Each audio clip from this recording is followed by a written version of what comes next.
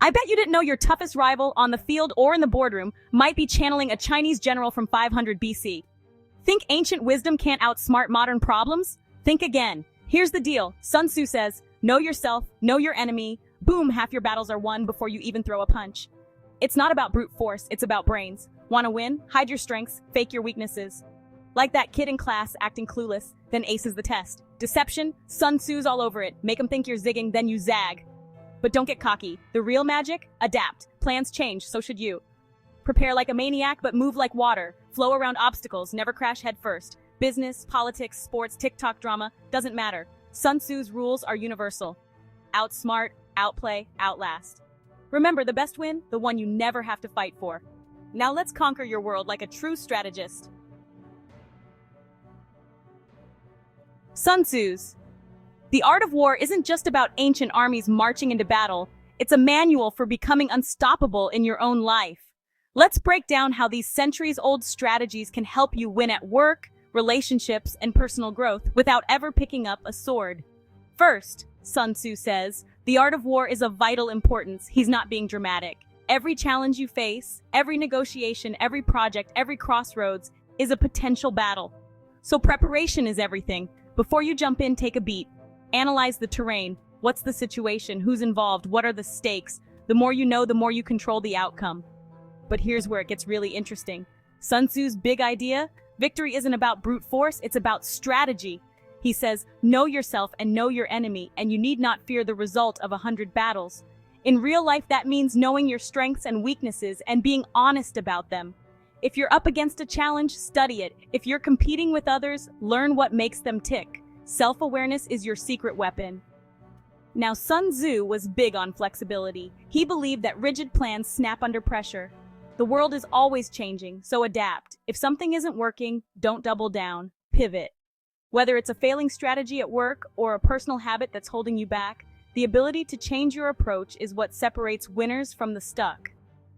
One of my favorite lessons, avoid unnecessary conflict. Sun Tzu says, supreme excellence consists in breaking the enemy's resistance without fighting. Translation, you don't always have to go head-to-head or prove you're right.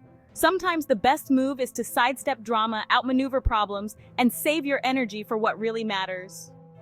And don't forget the power of perception. In war, Sun Tzu used deception, appearing weak when strong and strong when weak. In life, this is about keeping your cards close, not revealing your plans too soon, and staying unpredictable.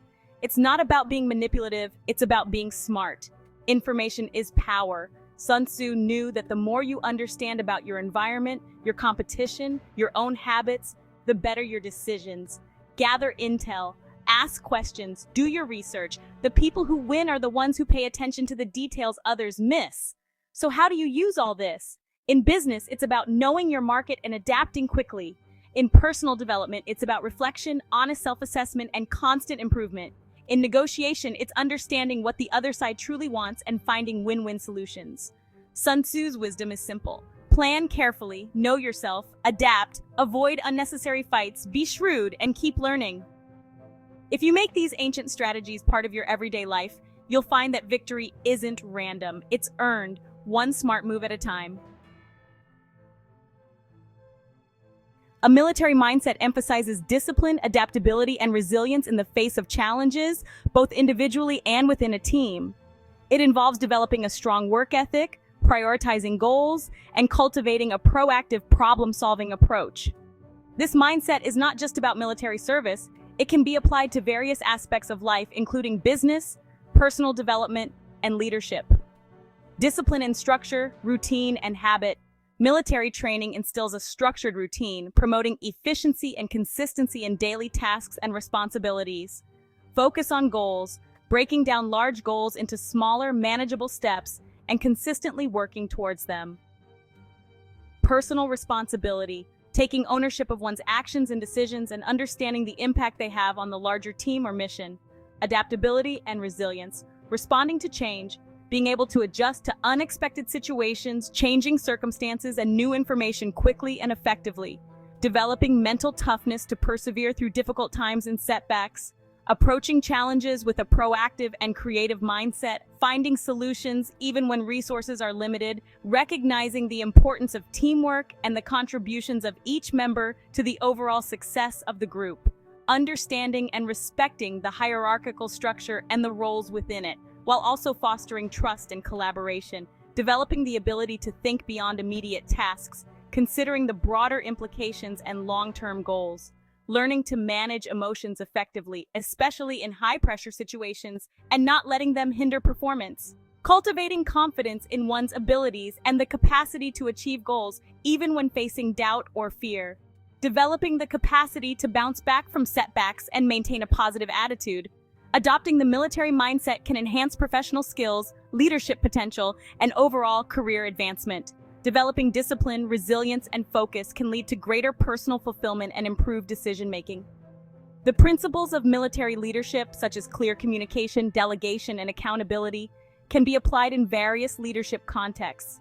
By understanding and integrating these elements, individuals can cultivate a military mindset that empowers them to navigate challenges, achieve their goals, and contribute effectively to their chosen fields.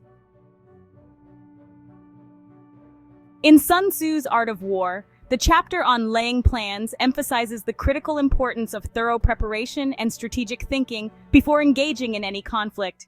It highlights that victory or defeat is often determined by pre-battle calculations and assessments, not just during the engagement itself. This involves understanding both your own strengths and weaknesses, as well as those of your opponent, and making informed decisions based on that knowledge. Here's a breakdown of key concepts from laying plans. 1. The 5 constant factors: moral law, ensuring the complete obedience and loyalty of your troops; heaven, considering the timing, weather, and natural conditions; earth, analyzing terrain, distances, and potential advantages or disadvantages; the commander, assessing the leadership qualities, including wisdom, sincerity, benevolence, courage, and strictness; method and discipline, evaluating the structure, organization, and overall effectiveness of your military; 2. Strategic deception, feigning weakness to lure the enemy, making them believe you are vulnerable to exploit their overconfidence; creating false impressions of your position, confusing the enemy about your true location and intentions; exploiting enemy weaknesses, identifying their vulnerabilities, and striking where they are unprepared. 3. Importance of preparation, knowing yourself and the enemy, a fundamental principle for success in any conflict; calculating the odds before engaging, making informed decisions based on thorough analysis; adapting to changing circumstances, being flexible and adjusting your plans as the situation evolves. 4. Overall message, victory is often determined before the battle even begins. Through careful planning and preparation, one can increase the likelihood of success. Strategic thinking and deception are essential tools in warfare. By understanding these principles, a leader can gain an advantage over their opponent. The chapter emphasizes the importance of a holistic approach to warfare, considering all factors, both internal and external, to make informed decisions. In The Art of War, Sun Tzu emphasizes that the ultimate goal in warfare is to win without fighting. He advocates for strategic and psychological tactics to subdue the enemy, minimize casualties, and conserve resources. Key principles include avoiding direct confrontation when possible, understanding the terrain and weather, employing deception, and maintaining strong leadership and discipline within one's own forces. Elaboration: avoiding direct conflict. Sun Tzu's central tenet is that the most skillful general achieves victory by outmaneuvering the enemy, breaking their resistance without engaging in direct battle. This involves using diplomacy, strategic positioning, and psychological warfare to achieve objectives without incurring heavy losses. Sun Tzu stresses the importance of deception in warfare. He advises leaders to appear weak when strong and strong when weak, to mislead the enemy about their true intentions and capabilities. Sun Tzu highlights the importance of analyzing the terrain and weather conditions to gain a tactical advantage. By understanding the battlefield, a general can choose advantageous positions, anticipate enemy movements, and exploit environmental factors to their benefit. Sun Tzu emphasizes the need for strong leadership and strict discipline within the army. He advocates for treating soldiers with humanity, but also maintaining order through clear and consistent enforcement of rules. Sun Tzu stresses the importance of efficient resource management during wartime. He advises against prolonged campaigns that can drain the state's resources and recommends capturing enemy supplies to replenish one's own. Sun Tzu emphasizes the importance of careful planning and calculation before engaging in battle. He believes that thorough preparation and analysis of the situation can lead to victory, while inadequate preparation can lead to defeat. In Sun Tzu's The Art of War, Attack by Stratagem, Chapter 3, emphasizes the importance of achieving victory through strategic maneuvering and deception rather than direct confrontation. The ideal outcome is to subdue the enemy without actual fighting, capturing their cities without siege, and overthrowing their kingdom without prolonged conflict. Sun Tzu prioritizes preventing the enemy's plans, disrupting their forces, and ultimately, defeating them by exploiting their weaknesses and vulnerabilities. The best outcome is to take the enemy's country whole and intact, as destroying it is less effective. Supreme excellence lies in breaking the enemy's resistance without fighting, meaning it's better to outmaneuver them than to engage in direct combat. Balking the enemy's plans is the highest form of generalship, followed by preventing their forces from uniting, then attacking them in the field, and lastly, besieging cities. Skilled leaders subdue their enemies through strategic deception, avoiding direct confrontation, and achieving victory through clever tactics. This approach, known as attacking by stratagem, preserves the army's strength and allows for a complete and decisive victory. Key to success is knowing when to fight and when not to fight, managing both superior and inferior forces, and having an army united in purpose. Preparedness is crucial. Waiting for the enemy to be unprepared gives the advantage. According to a YouTube commentary, understanding both the enemy and yourself is essential for victory. Knowing the enemy but not yourself leads to victories with defeats, while knowing neither the enemy nor yourself results in defeat in every battle. In Sun Tzu's Art of War, Tactical Dispositions, Chapter 4, emphasizes the importance of positioning oneself to be invincible before engaging the enemy, focusing on defensive strength and exploiting enemy weaknesses. This involves meticulous planning, understanding both one's own capabilities and the enemy's, and adapting to changing circumstances. Victory, according to Sun Tzu, is achieved through careful calculation and seizing advantageous opportunities, not through reckless engagement. Sun Tzu stresses that a skilled warrior should first secure their own position and make it impossible to be defeated before attempting to defeat the enemy. The ability to defeat the enemy relies on their vulnerabilities and errors. A victorious strategist observes and seizes these opportunities. Sun Tzu advocates for meticulous planning and calculation before battle. A winning army strategizes and prepares, while a losing one rushes into battle without a plan. Tactical dispositions are not static. They must be adjusted based on the specific circumstances of the situation and the enemy's actions. Sun Tzu emphasizes the importance of deception in warfare.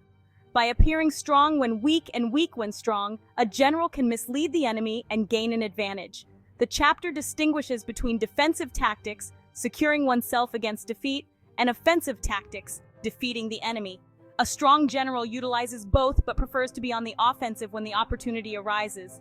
Siege warfare, according to Sun Tzu, is a last resort. It's better to defeat the enemy without destroying their resources or engaging in prolonged battles. Sun Tzu highlights the importance of timing and seizing the right moment to strike. A skilled general waits for the opportune moment to launch an attack. The commander's virtues, wisdom, sincerity, benevolence, courage, and strictness, are crucial for effective tactical dispositions. A well-defined military structure, with clear lines of command and discipline, is essential for executing tactical plans effectively. In The Art of War, Sun Tzu emphasizes the strategic use of energy, likening it to a crossbow's tension and release. He stresses that controlling a large force is akin to managing a small one, requiring careful division and clear communication through signs and signals. Sun Tzu advocates for understanding the enemy's energy levels and exploiting their weaknesses, rather than directly confronting their strengths. Sun Tzu views energy, both in terms of physical strength and morale, as a crucial resource to be managed and conserved. He advises waiting for the enemy to be tired, hungry, or disorganized before attacking, as this is when their energy is at its lowest. While direct methods are used for initial engagement, indirect tactics are key to securing victory. These can be likened to the inexhaustible nature of the sun, moon, and seasons. Skilled commanders focus on the combined energy of their forces, rather than relying solely on individual contributions. This is like rolling logs or stones, where momentum is key. Sun Tzu also suggests using deceptive appearances to lure the enemy into a trap, sacrificing something minor to gain a larger advantage. Even in apparent chaos, skillful leaders maintain discipline and order, using simulated weakness to mask their true strength. The metaphor of the crossbow perfectly captures the concept of energy in the art of war. A bent bow represents readiness and potential energy, while the release of the arrow symbolizes the unleashing of that energy in a decisive moment. In The Art of War, Sun Tzu emphasizes the importance of understanding and exploiting an opponent's weaknesses while concealing your own. A key concept is to appear weak when strong and strong when weak, using deception to manipulate the enemy's perception and actions. By studying the battlefield and identifying vulnerabilities, a commander can strike where the enemy is least prepared and avoid direct confrontation with their strengths. Sun Tzu advises focusing on the enemy's weak points rather than engaging their strong defenses directly. This requires careful observation and analysis of the battlefield to identify areas where the enemy is vulnerable. A core principle is to mislead the enemy about your true strength and intentions. Appearing weak can lure them into an attack, while feigning strength can deter them from engaging altogether. Sun Tzu stresses the importance of rapid and unpredictable movement to appear where the enemy least expects it and to strike at their undefended points. A skilled commander should dictate the terms of engagement, forcing the enemy to react to their movements and decisions. This fundamental principle underscores the need for thorough reconnaissance and self-assessment to understand both your own capabilities and those of your opponent. Sun Tzu's teachings emphasize flexibility and adaptability, recognizing that no two situations are identical and that strategies must be tailored to the specific context of the conflict. Appear weak when you are strong, and strong when you are weak. This classic quote highlights the deceptive nature of warfare. By concealing strength, you can lure the enemy into a vulnerable position, and by projecting an image of weakness, you can avoid unnecessary conflict or bait the enemy into an unfavorable engagement. Instead of directly assaulting heavily fortified positions, Sun Tzu advocates for finding the enemy's weak spots and attacking there. This could involve exploiting a poorly defended flank, a supply line, or a moment of disorganization. By creating a sense of unease and uncertainty, a skilled commander can force the enemy to constantly react and move their forces, tiring them out and making them vulnerable to attack. By mastering these concepts, commanders can achieve victory by outmaneuvering, deceiving, and ultimately exploiting their opponent's weaknesses, as outlined in The Art of War. In The Art of War, Sun Tzu emphasizes maneuvering as a crucial aspect of military strategy. He describes it as turning the complex and indirect into the direct and focused. Key to successful maneuvering is understanding how to use deception, divide the enemy, and choose advantageous positions. Maneuvering requires a disciplined army and careful planning, as a poorly executed maneuver can lead to disaster. Sun Tzu advocates for using deception to mislead the enemy about your true intentions and movements. This includes feigned retreats, roundabout routes, and creating diversions to draw the enemy away from your actual objective. A successful maneuver often involves dividing the enemy's forces, weakening their overall strength, and making them more vulnerable to attack. Sun Tzu emphasizes the importance of understanding terrain and using it to your advantage. This includes utilizing natural features like mountains and valleys to create defensive positions or launch surprise attacks. Maneuvering effectively requires both speed and strategic timing. Sun Tzu highlights the importance of seizing opportunities and exploiting the enemy's weaknesses. While maneuvering can be complex and challenging, Sun Tzu stresses the importance of a disciplined army that can execute plans effectively. A successful maneuver involves knowing when to strike and when to consolidate forces. Sun Tzu warns against overexertion and emphasizes the need to maintain the army's strength and morale. Sun Tzu, in The Art of War, emphasizes the crucial role of variation in tactics for military success. He argues that a general who understands how to adapt their strategies based on the specific circumstances, terrain, and enemy actions will be more effective in battle. This adaptability, rather than rigid adherence to a single plan, is key to exploiting opportunities, avoiding weaknesses, and ultimately achieving victory. Sun Tzu stresses that a good general must be flexible and able to adjust their plans based on the situation. Rigidity in tactics can lead to defeat, while adaptability allows one to exploit the enemy's vulnerabilities and overcome challenges. The general should be intimately familiar with the battlefield and adjust their approach accordingly. This includes understanding how to utilize the terrain to their advantage and how to respond to different types of environments, for example, mountainous, flat, forested. Sun Tzu advocates for studying the enemy's strengths and weaknesses and using this knowledge to one's advantage. This includes knowing when to attack, when to retreat, and how to manipulate the enemy into making mistakes. Sun Tzu highlights the importance of deception in warfare. This involves misleading the enemy about your true intentions, strength, and position. Strategic versus tactical thinking, Sun Tzu distinguishes between strategy and tactics, emphasizing that while strategy provides the overall plan, tactics are the specific actions taken to achieve that plan. A general needs to be skilled in both, knowing when to fight and when not to fight. Sun Tzu advises against engaging in battles where the odds are stacked against you. He emphasizes the importance of conserving resources and choosing battles carefully.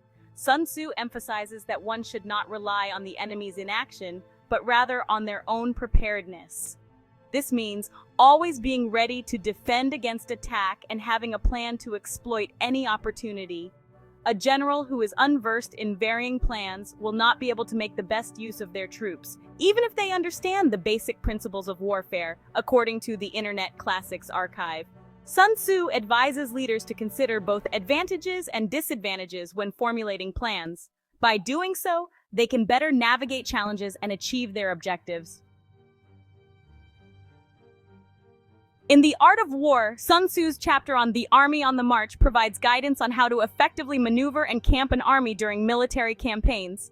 Key principles include selecting advantageous terrain, understanding enemy movements, and maintaining discipline. The chapter emphasizes the importance of high ground, avoiding dangerous areas, and recognizing signs of enemy activity. Key principles from the Army on the March. High ground. Armies prefer high ground to low ground and sunny places to dark.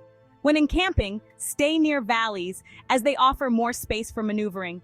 Pass quickly over mountains. After crossing a river, move a distance away from it.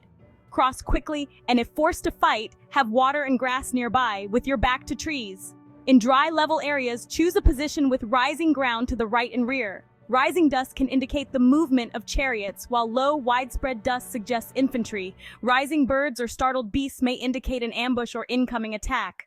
Humble words, increased preparations, or violent language can signal enemy intentions. A general must ensure commands are followed consistently. Soldiers should be treated with humanity, but also controlled with discipline. Commands must be enforced during training to maintain discipline. Avoid cliffs, torrents, hollows, thickets, and quagmires. Search hilly areas, ponds, and woods near the camp for potential ambushes. Don't attack when the enemy's spirit is keen, but rather when it is sluggish. The best outcome is to take an enemy's country whole and intact. Gathering intelligence about the enemy's plans is crucial for success. Sieges should be avoided if possible, as they are costly and time-consuming. In The Art of War, Sun Tzu identifies 6 types of terrain and provides strategic advice for each.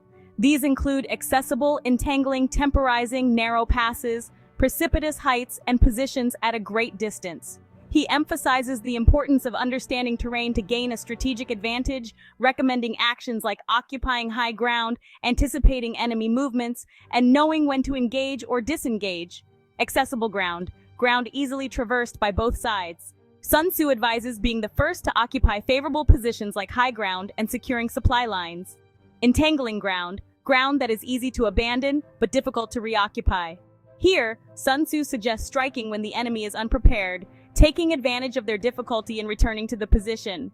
Terrain where neither side gains a significant advantage from attacking first. Sun Tzu advises against hasty actions and suggests luring the enemy into a vulnerable position before attacking. Strategic locations that can be easily defended. Sun Tzu recommends securing these passes first and holding them against the enemy. High ground that offers a strategic advantage. Sun Tzu advises occupying these heights before the enemy, as it provides a tactical advantage in battle. Terrain that makes it difficult to engage the enemy. Sun Tzu suggests that if both armies are evenly matched, it's best to avoid a battle on this type of ground. Sun Tzu's The Art of War, Illustrated, Chapter 11, The Nine. Sun Tzu also discusses other types of terrain and situations, such as mountains, rivers, and salt marshes, offering specific advice for each. For example, he advises against meeting the enemy near a river they are crossing, and suggests getting far away from a river after crossing it yourself.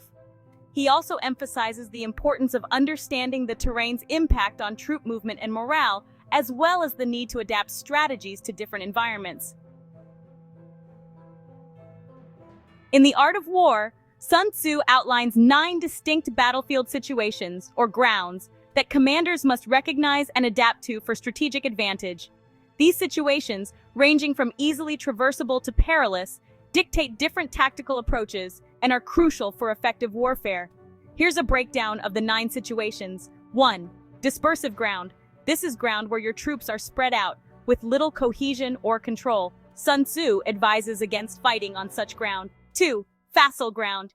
This is ground where you have entered enemy territory, but haven't advanced far. It's a situation where you need to be cautious and avoid being ambushed. 3. Contentious ground. This refers to ground that is valuable to both sides. The side that controls it gains a significant advantage, making it a key point to fight for. 4.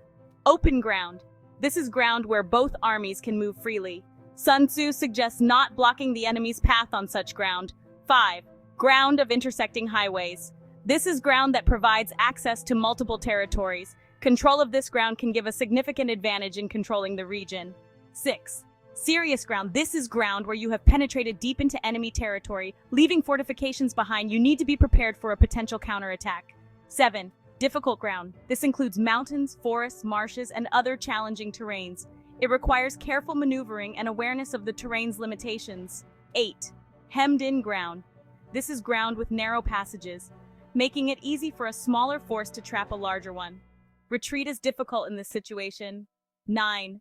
Desperate ground. This is ground where retreat is impossible, and survival depends on fighting. Sun Tzu suggests a decisive and aggressive approach on desperate ground. In The Art of War, Sun Tzu outlines 5 methods of attacking with fire, emphasizing the importance of timing, preparation, and understanding the environment. He stresses the need to have fire-starting materials readily available and to carefully observe weather conditions and celestial signs for optimal attack opportunities. Key points about Sun Tzu's attack by fire. Sun Tzu details 5 ways to utilize fire in attacks: burning enemy soldiers in their camp, burning stores, burning baggage trains, burning arsenals and magazines, and hurling firebrands amongst the enemy. The best time to attack with fire is when the flames are at their height, creating maximum chaos and confusion within the enemy camp. It is also crucial to be aware of the wind direction and to attack from the windward side to maximize the fire spread. Sun Tzu emphasizes the need to have fire-starting materials readily available, such as dry wood, straw, grease, and oil. He advises commanders to pay attention to the weather, especially dry periods, and to watch for specific celestial signs associated with strong winds, the constellations of the sieve, the wall, the wing, or the crossbar. Sun Tzu outlines 5 potential scenarios when attacking with fire and how to react to each. If a fire breaks out within the enemy camp, respond with an attack from outside. If the enemy remains calm despite the fire, wait. If the flames reach their peak, attack if feasible, otherwise stay put. If attacking from the outside is an option, don't wait for an internal outbreak. A successful fire attack requires intelligence about the enemy's situation, as well as the ability to seize opportunities and act decisively when the time is right. In Chapter 13 of The Art of War, Sun Tzu emphasizes the crucial role of spies in military strategy, outlining 5 classes of spies and how to effectively utilize them for gathering intelligence and achieving victory. He stresses that knowledge of the enemy is paramount and can only be obtained through espionage. Citizens of the enemy state employed by the other side, enemy officials who can be turned, enemy spies who are turned to work for the other side, spies deliberately fed false information to mislead the enemy, spies who return with intelligence. Sun Tzu advises that converted spies are particularly valuable as they can provide insights into the enemy's plans and personnel, allowing for the recruitment of other spy types like local and inward spies. He stresses the importance of treating converted spies with utmost liberality to maintain their loyalty and ensure continued access to valuable information. Spies can be used to spread misinformation, create divisions within the enemy ranks, and gain a comprehensive understanding of the enemy's strengths and weaknesses. Sun Tzu also notes that a wise general will employ spies to identify and exploit the enemy's vulnerabilities, turning their weaknesses into opportunities. The chapter highlights the need for discretion and subtlety in handling spies, emphasizing the delicate nature of espionage and the potential consequences of mishandling. In essence, Sun Tzu's concept of espionage is not merely about gathering information, but about using that information to manipulate, deceive, and ultimately defeat the enemy. He considers spies to be essential to military success, stating that an army without spies is like a person without eyes and ears.